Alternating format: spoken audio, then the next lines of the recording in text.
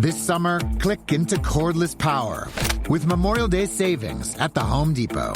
Tackle more than half an acre of grass with the convenience and gas-like power of the Ryobi 40-volt battery-powered mower. And keep your flower beds fresh with the 40-volt cordless string trimmer. Then clear debris with the 40-volt jet fan leaf blower. Click into Memorial Day savings happening now at your cordless power source, the Home Depot. How doers get more done.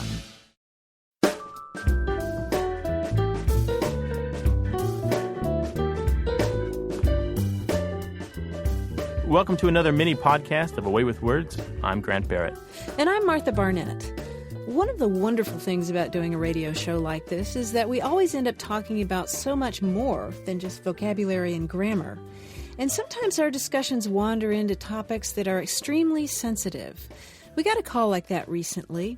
A fellow asked a question about a term used in connection with deceased members of the military. And his question was straightforward and respectful, but this topic was so sensitive, especially in a time of war, that we debated about whether to air it at all. But in the end, the term itself was so intriguing, and its etymology was such a mystery, that we decided it was worth inviting you to ponder it as well. Hello, you have a way with words. Good afternoon. My name is Bill Roberts. I have a question about some terminology I've come across in the moving and storage industry. What do you do in the moving and storage industry? Well, we ship people nationally, locally, internationally, and we often do business with the military. Mm-hmm. And when we get a military order, occasionally the words blue bark will be associated with the order. Mm-hmm. And whenever we see that, we know that it's a deceased military member. So that's B-A-R-K? Yes. Yes, and it doesn't necessarily mean combat death or anything like that. Over the years, it's been associated with car accidents or shipboard accidents or health issues for any active duty personnel. And they always give us the military will give us a heads up to let us know that we're dealing with a shipment for a deceased member. Wait, it's their belongings or the deceased person themselves? It's their belongings. Very often we'll be shipping them back to their home of record or to where their family is now living. So, Bill, right. Are you based in San Diego, by the way, or yeah, I'm actually in El Cajon right now. Oh, okay. And so how in conversation or how would that come up? I mean, well, basically, it's in the comments of the order when they issue us the order. They say, we have a shipment that needs to go back to, say, Rhode Island, and this is a blue bark shipment. And it's in bold letters because obviously the military takes special care when they're dealing with a situation like this. And we've always assumed that it had something to do with an old sailing term. I guess that's my assumption based on the word bark, from the sailing connotation. But no one has ever been able to give me any kind of an explanation as to where the origin of the phrase came from. Wow. Well, that seems plausible, but I have to confess, I have no idea. Do you, Grant? I have a little bit of an idea, but you're right. It's definitely, as I like to call it, origin unk. It's origin unknown. I have been able to trace it back definitely as far as 1970, where it appears in a Department of Defense glossary, and possibly as far back as 1961, but I wasn't able to verify that source. So it's got a little bit of a history then. We know it's at least 36 years old. As far as origins, the government and the military, they're inscrutable. There's no telling how they came up with this code name. It could be chosen at random.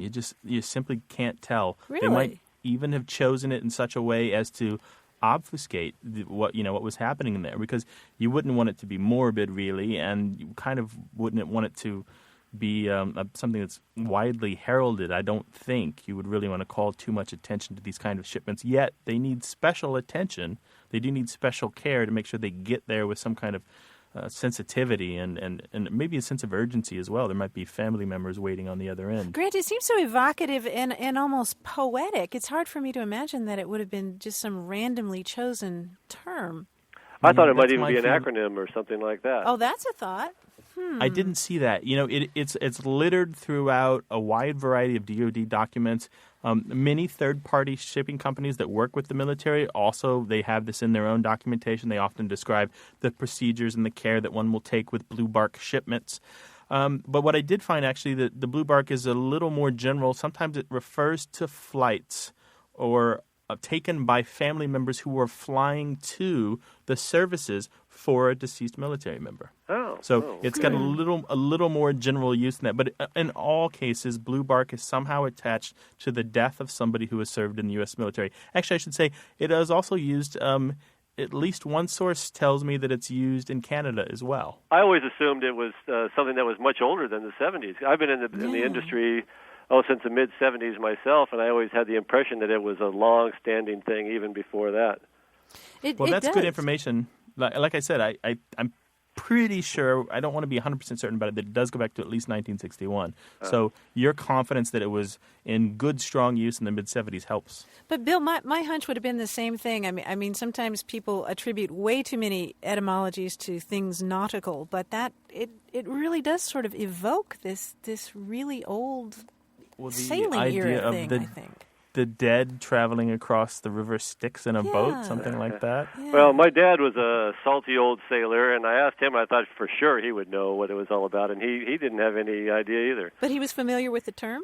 Oh, yeah. Mm-hmm. He was a career Navy man, and he had heard it before, but again, he never had any idea where it came from either. Yeah, Bill, this is one for my permanent file, and these are the ones that I go back to on a fairly regular basis and say, let me just see if there's been anything new come up about this term. So this one will go in that list that I check fairly regularly. Oh, great. And if I find anything new out, I'll be sure to mention it on the show. Oh, terrific. I'll be listening for it.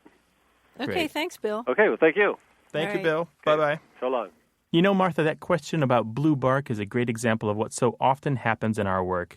It's the sound of etymologists bumping up against a wall, where we have to admit we just don't know the answer. I'm hoping that maybe once this podcast goes online, someone will contact us with more information about the term. And most likely that person won't be a linguist or a lexicographer. It'll be someone with direct experience in the military. That's the kind of evidence that's like gold to me and those of us in this business who chase down words for a living. So if you know something about this term, or if you have a linguistic question of your own, of course, please write to us. The address is words@waywardradio.org. Or leave us a phone message anytime. The number's 1-877-929-9673.